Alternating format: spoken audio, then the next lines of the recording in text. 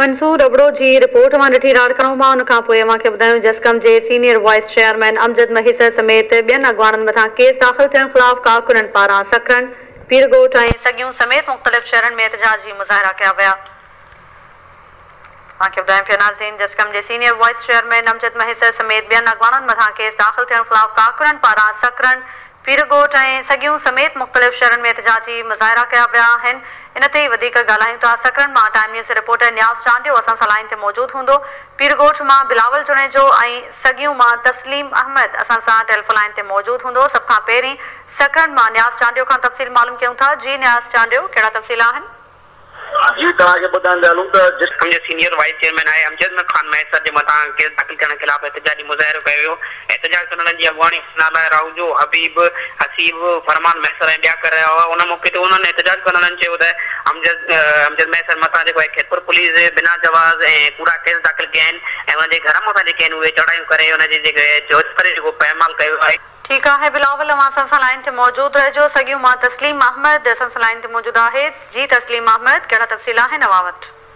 जी बिल्कुल तारा सॻियूं में खैरपुर मीरस जी इस्कार कॉलोनी खे डहिराइण ऐं जिस्कम जो जेको मरकज़ी अॻवान अमजद खान महिसर ऐं ॿियनि जेके कूड़ा केस दाख़िल कराईंदड़ हिकिड़ो खैरपुर जो इंजीनियर हयात शेख खे हटाइण जे लाइ जिस्कम पुरियत खैरपुर मीरस जे अॻवान कामरेड आशिक अली गुलम कादिर चना बख्शल मला सफर मला शमीर चनो ऐं ॿियनि हथनि में प्ले कार्ड खणी सॻियूं शहर जे मुख्य चौक खां रैली कढी शहर जे मुख़्तलिफ़ चौकनि खां थींदी प्रेस क्लब ते पहुची धारणो हयो। धारणो हाणे सख़्त नारेबाज़ी कंदे अॻवाननि सहाफ़ियुनि सां ॻाल्हाईंदे चयो त खैरपुर मीरस जो करप्ट इंजीनियर हयात शेख गुलमाल इंजीनियर आहे जंहिं खैरपुर जी इस्कार कॉलोनीअ खे नाजाइज़ डहिराए हिकु गैर कानूनी कमु कयो आहे जंहिंजी असां सख़्त लफ़्ज़नि में मज़म्मत कयूं था। इन्हनि वधीक इल्ज़ाम लॻाईंदे चयो त हिन करप्ट इंजीनियर पंहिंजी नाअहली लिकाइण लाइ जिस्कम जे अॻवान अमजद खान महिसर ऐं ॿियनि अॻवाननि ते इंतकामी कार्रवाई कंदे कूड़ी FIR दाख़िल कराए छॾी आहे जंहिं ख़िलाफ़ सॼी सिंध जे अवाम में हिकु कावड़ जी लहर छायल आहे।